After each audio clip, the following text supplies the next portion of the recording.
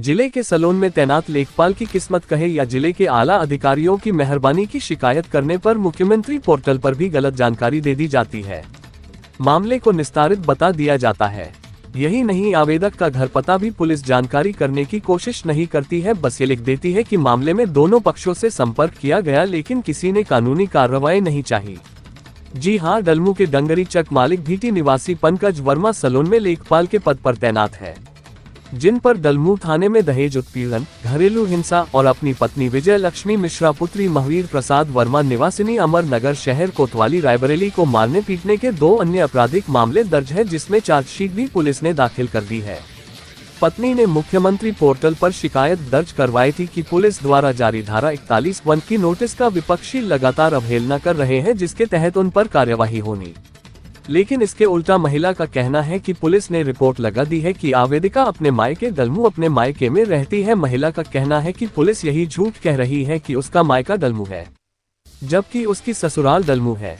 महिला ने पोर्टल पर प्रेषित अन्य बातों पर भी आपत्ति जताई है कि उसने पोर्टल पर जो शिकायत की थी उसका कोई भी जवाब या कार्यवाही रिपोर्ट में नहीं प्रेषित की गई है।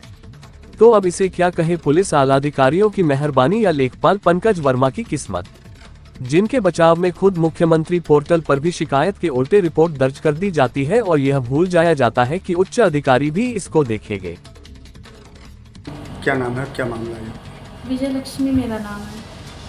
मामला सर ये है कि मेरा मुकदमा चल रहा है न्यायालय में, उसके दौरान भी मेरे ससुराल वालों द्वारा लगातार मेरे साथ मारपीट कर रहे हैं। 3 महीने में 2 बार मारपीट कर चुके हैं और पूर्व से मेरा 2022 से मेरा मुकदमा न्यायालय में पंजीकृत है। उसमें 41A का नोटिस मेरे ससुराल विपक्ष वालों को जारी है। तो उसमें लगातार 21 जनवरी को जब दोबारा मेरा बयान था कोर्ट में, मैं बयान देने जा रही थी, उसी दौरान मेरे ससुराल वालों ने मुझे मारा पीटा कि मैं कोर्ट बयान देने समय से ना पहुंच सकूं। उसमें भी मैंने मुकदमा पंजीकृत कराया, 41A का नोटिस उसमें भी जारी हुआ, लेकिन उसके बावजूद भी 12 मार्च को फिर मेरे ससुराल वालों द्वारा मेरे साथ मारपीट की गई, क्योंकि 20 मार्च को फिर मेरा बयान दर्ज करना था। तो उसी लोगों ने फिर मुझे मारा। तो मैंने 41A का बार उल्लंघन होता है, उसके लिए मैंने SP सर को प्रार्थना पत्र दिया। मतलब आप मुकदमे पर बयान देने भी कोर्ट नहीं जा पा रही? नहीं जा पा रहे हैं। 2 बार जब 2 बार मेरी डेटें आई हैं, दोनों बार मेरे साथ मारपीट की गई है।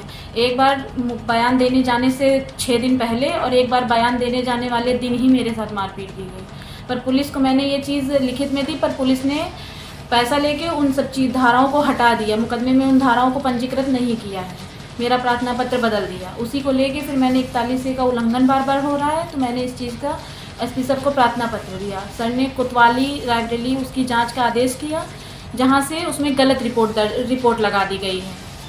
उसमें मैंने प्रार्थना पत्र 41A के उल्लंघन के लिए दिया कि उसमें विपक्षियों पर कार्रवाई की जाए। तो उसमें मामले में गलत रिपोर्ट लगा दी गई। उसमें ये लिख दिया गया कि मेरा मायका रायबरेली में आता है, अमर नगर मोहल्ला। तो वहाँ पे मुझे लिख दिया गया कि मेरा मायका डलमऊ थाने में है। मतलब आपका मायका है कहाँ पे? मेरा मायका रायबरेली अमर नगर है, और पुलिस द्वारा ये लिख दिया गया रिपोर्ट में कि मेरा मायका डलमऊ थाने में है, जो कि मेरा ससुराल है। तो डलमऊ में कोई घर है क्या आपका? जी, मेरा कोई घर नहीं, मेरा ससुराल है वहाँ पे। तो पुलिस द्वारा डलमऊ थाने को, जहाँ मेरा घर है ससुराल में, उसको मेरा मायका बता दिया गया है।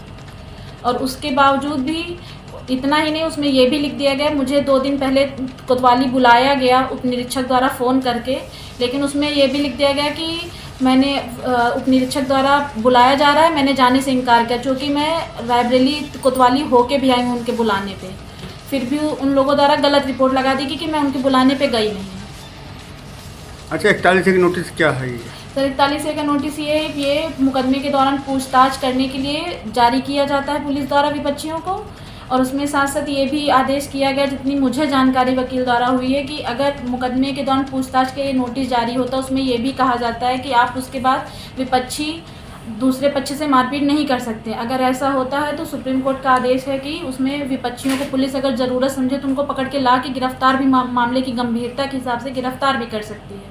लेकिन उसी के लिए मैंने ये नोटिस प्रार्थना पत्र दिया था SP सर को कि इस पर कार्रवाई करवाई जाए विपक्षियों के खिलाफ, कि लगातार 3 महीने में 2 बार मेरे साथ मारपीट की गई, वो भी बयान देने जाने के दौरान। तो उसमें कोतवाली पुलिस द्वारा गलत रिपोर्ट दर्ज कर दी गई, गलत आख्या लगा दी गई है।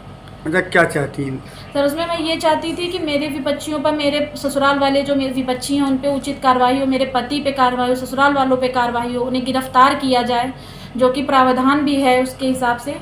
लेकिन फिर भी उन लोगों ने उसमें गलत आख्या लिखा के अधिकारी को दे दी है। अच्छा, ये जो डांस का वीडियो ये कहाँ से है, ये कहाँ का डांस? सर ये वीडियो मैंने नहीं बनाया है, वीडियो मेरे पति के फ़ोन से ही मुझे मिला है। अच्छा, तो नहीं ऑर्केस्ट्रा में डांस वांस भी करते हैं क्या? जी ऑर्केस्ट्रा की लड़कियों को घर भी लेके आते हैं, उनसे ऑर्केस्ट्रा में जाते भी हैं, शराब भी पीते हैं, और भी लड़कियों से उनके संबंध हैं। कई बार मैंने अलग अलग लड़कियों के साथ भी पकड़ा है, उनको बात करते लड़कियों के साथ चैटिंग भी है उनकी बात करने की।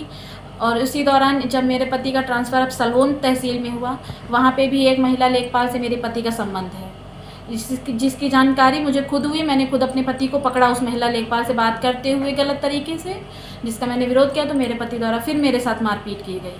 और वो महिला लेखपाल मुझे धमकी भी देती है कि मैंने उसकी कंप्लेन जब महिला आयोग में की तो उसने मेरे ऊपर मानहानि का मुकदमा करने की धमकी दी मेरे पति के साथ मिलकर।